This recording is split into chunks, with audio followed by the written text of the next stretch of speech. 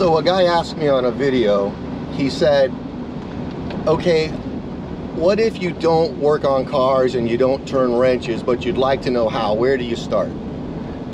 Well, there's a lot of variables there, but the truth is, I would start by learning your vehicle and learn basic operational principles, which now YouTube is just a wealth of information. Anything you want, even about specific models, you can simply look it up. How do I change the alternator on my, my 2012 4Runner? And somebody's doing it, and they'll show you all the steps and maybe a couple tricks or a couple little complicating things that would annoy you, and they'll kind of say, oh, and do it like this, it'll save you time. Oh, it's so worth it. If I'm going to do something unfamiliar, even though I am, by my own estimation, I suppose, a pretty stellar mechanic, I will always go find a video and speed through it real quick and look for key things that I'm not sure about, and it makes it always easier. Okay, so there is the learn about your vehicle.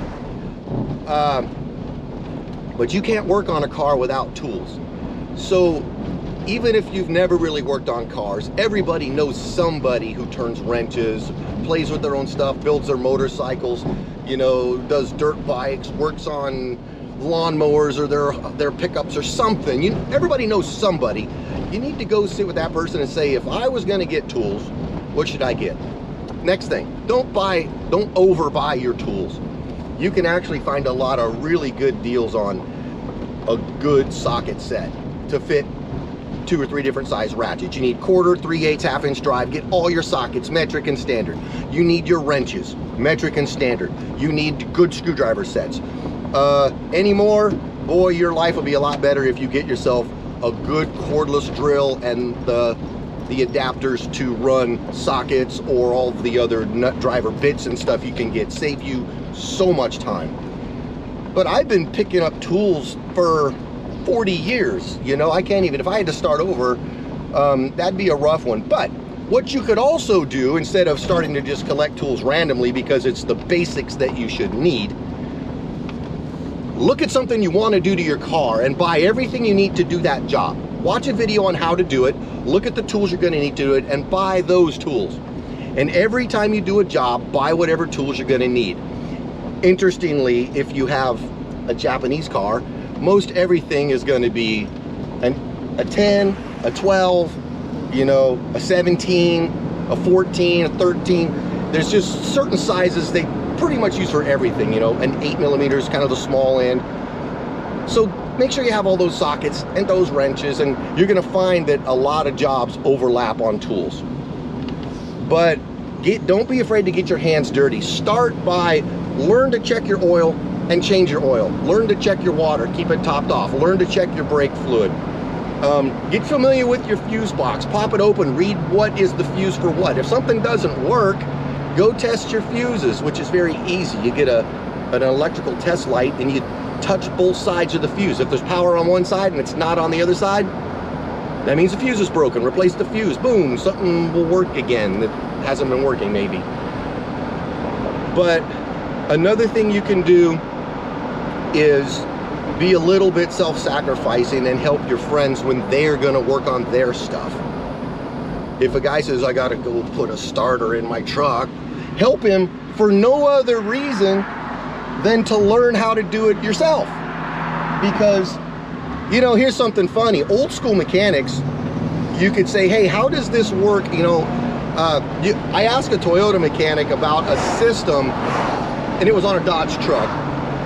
He couldn't answer the question. He goes, well, I'm a Toyota mechanic and I don't know anything about Dodges. I'm like, bro, brake systems are brake systems. They're pretty much universal other than the specific dimensions of the parts that fit on that vehicle. They all work about the same. You push the pedal, it squeezes the master, it pumps the fluid to the slave cylinders, operates your caliper, squeezes the brake rotor. They're all the same.